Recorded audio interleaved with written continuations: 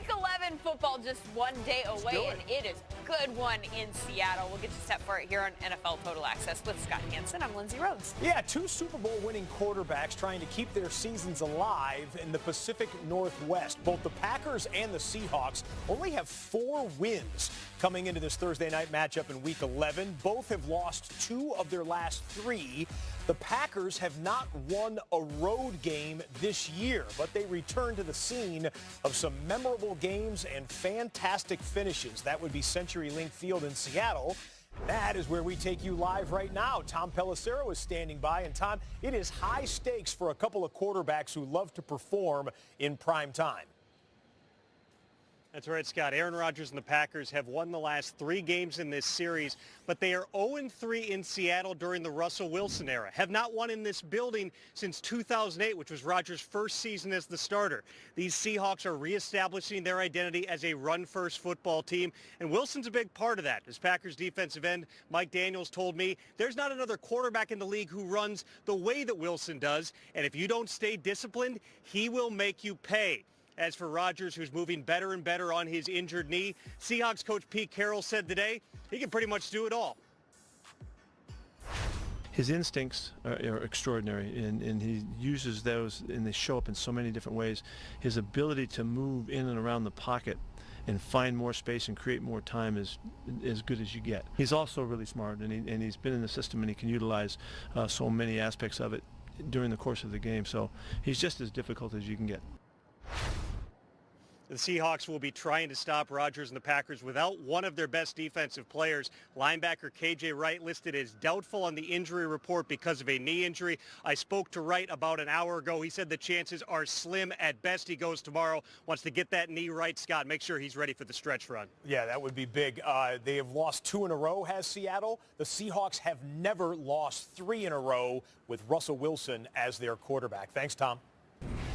Willie McGinnis, James Jones, I don't know about you, but I find this game to be fascinating. We've got two quarterback-centric offenses that are both coming off games in which the ground game was also pretty good. Can we count on that again tomorrow, though, for the Packers? Offense a trick offense?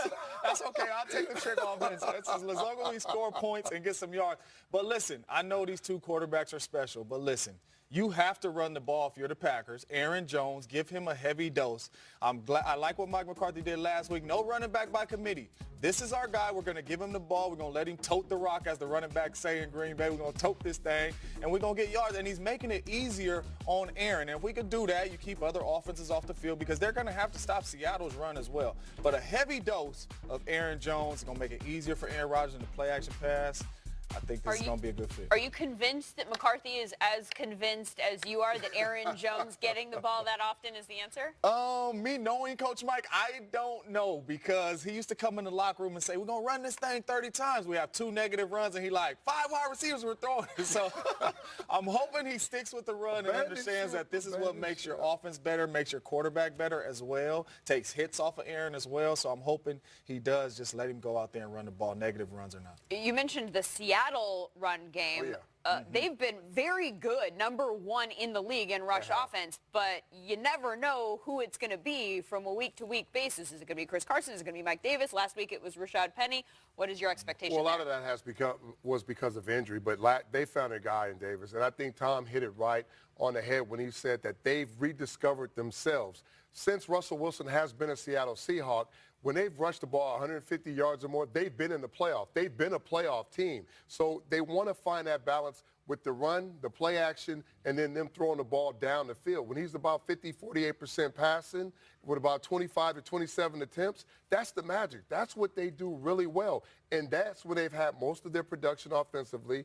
He rushed the ball for, 92 yards, almost 100 yards last week. So he's also incorporated in that running game. He's smart. He makes good decisions. But that opens up the big plays we've seen down the field to Lockett. You're talking about Penny now? No, I'm talking about Russell. Oh, okay. Got it. Russell had a good rush. But I could jump on Penny, too. Yeah, Listen, last week they had 19 rushes. Okay, Davis had 15 of them. Okay, of course they're going to spell him sometimes because they want to ground and pound. They want to wear you down. So there's opportunities for Penny to come in as well. But I'm saying when you combine Penny, Davis, Russell, all those guys that implement them in the run game, it makes for a dangerous offense. Yeah, Carson, Seahawks the only team in the NFL that has 3 separate rushers with 100-yard games this season. Got to stop the run. Interesting. That's what we